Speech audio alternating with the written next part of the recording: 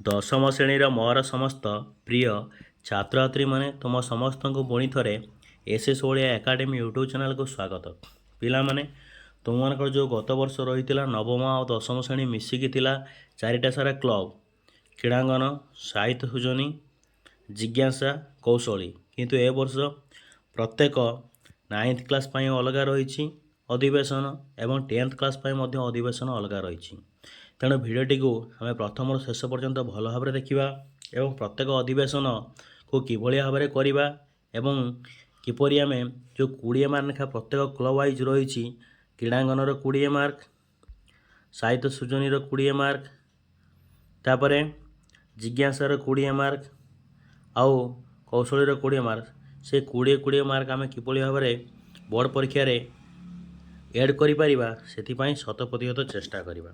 ତେଣୁ ଭିଡ଼ିଓକୁ ଆଦୌ ସ୍କିପ୍ ନ କରି ଶେଷ ପର୍ଯ୍ୟନ୍ତ ଦେଖନ୍ତୁ ଏବଂ ପ୍ରତ୍ୟେକ ଅଧିବେଶନରେ ଭିଡ଼ିଓ ପାଇବା ପାଇଁ ଏହି ଚ୍ୟାନେଲକୁ ସବସ୍କ୍ରାଇବ୍ କରି ରଖନ୍ତୁ ଏବଂ ସାଙ୍ଗମାନଙ୍କ ସହିତ ବହୁତ ମାତ୍ରାରେ ସେୟାର କରିଦିଅନ୍ତୁ। ଚାଲନ୍ତୁ ଲେଟ୍ କରିବାନି, ଭିଡ଼ିଓ ଆରମ୍ଭ କରିବା। ଦେଖ ପିଲେ, ତୁମମାନଙ୍କର ଦଶମ ଶ୍ରେଣୀ, ତେଣୁ ଦଶମ ଶ୍ରେଣୀର ଯେଉଁ କ୍ରୀଡ଼ାଙ୍ଗନ ଚାପ୍ଟର ରହିଛି ସେ ବିଷୟରେ ଆମେ ଦେଖ। ଏଇଠି ରହିଛି 2 ଇୟର୍ସ, ଉପରଟି ନବମ ଶ୍ରେଣୀର ଏବଂ ତଳଟି ଦଶମ ଶ୍ରେଣୀ ପାଇଁ। ଦେଖ, ରାପୋ ବିଲ୍ଡିଂ ସେସନରେ ଆମେ 2ଟା ଅଧ୍ୟାୟ ପଢ଼ିବା, ଆକ୍ଟିଭିଟି ବେସ୍ ସେସନରେ 21ଟା ଅଧ୍ୟାୟ ପଢ଼ିବା ବା ଅଧିବେଶନ, ଆଉ ରିଫ୍ଲେକ୍ସନ୍ ବେସ୍ଡ ସେସନରେ ଆମେ 3ଟା ଅଧିବେଶନ ପଢ଼ିବା। ତାପରେ ପ୍ରୋଜେକ୍ଟ ୱାର୍କ ମଧ୍ୟ ସେଇଭଳି ଭାବରେ ଗୋଟେ କରିବା।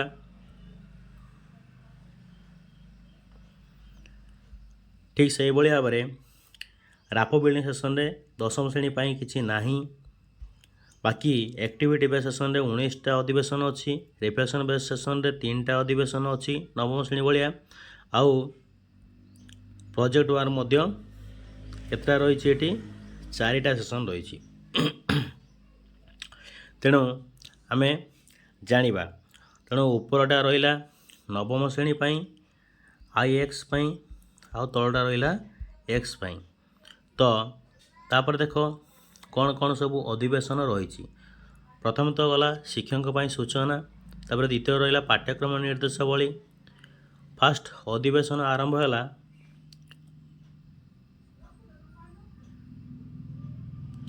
ଦେଖ, ଫାଷ୍ଟ ଅଧିବେଶନ ଆମର ଆରମ୍ଭ ହେଲା କେଉଁଠୁ ନା ଅଧିବେଶନ 1 କ'ଣ ରହିଛି, ଦୃଢ଼ତା। ଅଧିବେଶନ ଏଇଟା 1 ବୋଲି ଧରିବା, ଯେଉଁ 2 ଲେଖା ହେଇଛି 1 ବୋଲି ଧରିବା। ଅଧିବେଶନ 2 ଦୃଢ଼ତା, ଅଧିବେଶନ 3 ଦୃଢ଼ତା, ଅଧିବେଶନ 4 ଆତ୍ମପରିଚାଳନା, ଅଧିବେଶନ 5 ଦୃଢ଼ତା ଏବଂ ଆତ୍ମପରିଚାଳନା, ଅଧିବେଶନ 6 ଅଲିମ୍ପିକ୍ ରିଙ୍ଗ ଏବଂ ମ୍ୟୁଜିୟମ୍, ଅଧିବେଶନ 7 ଆତ୍ମପରିଚାଳନା, ଅଧିବେଶନ 8 ସହଯୋଗିତା, ଅଧିବେଶନ 9 ଆତ୍ମପରିଚାଳନା,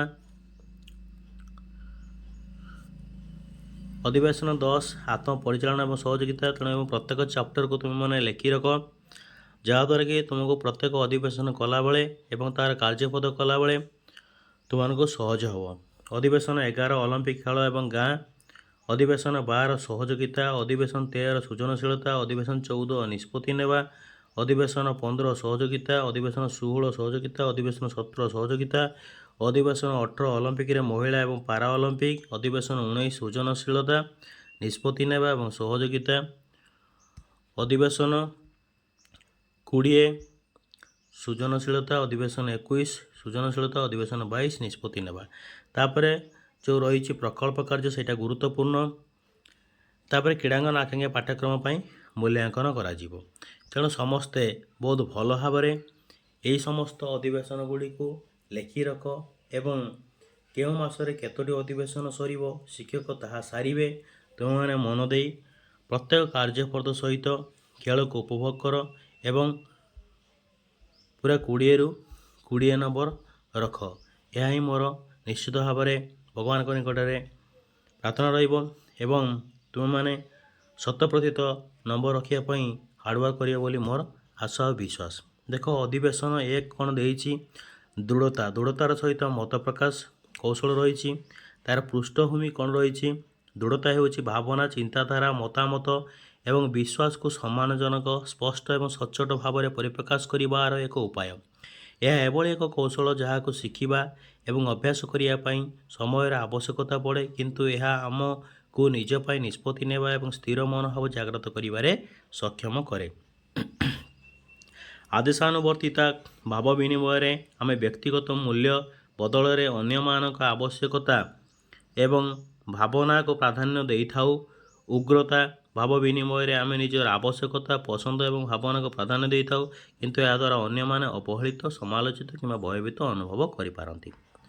देख दक्षता कौन रहिबो ना दृढ़ता आदेशानुवर्तिता एवं उग्रता आचरण मध्य पार्थक्य जानिबा। उद्देश्य अंशग्रहणकारी दृढ़ता आदेशानुवर्तिता एवं उग्रता भाव विनिमय मध्य दुईटी पार्थक्य चिन्हट करिबारे सक्षम होई पारिबे। तापर कौन कौन उपकरण सब आम नवा खेल उपकरण प्रस्तुति कि भाव में करवा डिटेल्स जिनस आम जाना जिते फील्ड को जीवा ये समस्त उपकरण को लेकिन जीवा एवं सेठी खेल करवा। खेल कर सारा पर तुम मानी खेलर सब नियम रही आम खेलर नियम को प्रत्येक दल पालन करवा। क ख ग जो दल 3टी करा से दलर समस्त सदस्य मैंने ये खेलर नियम को श्रृंखलार सहित पालन करवा उचित। कहीं ये ही नंबर रही सार मैंने तुमको देखिकी नंबर देवे। तापर कौन करवा ये तो खेल अच्छी खेल खेलवा। तापर श्रेणीगृह खेल दृढ़ता अभिनय प्रस्तुति केमती करवा। प्रथम दृश्यलेख द्वितीय दृश्यलेख कौन समस्त रही सेटा आम करवा।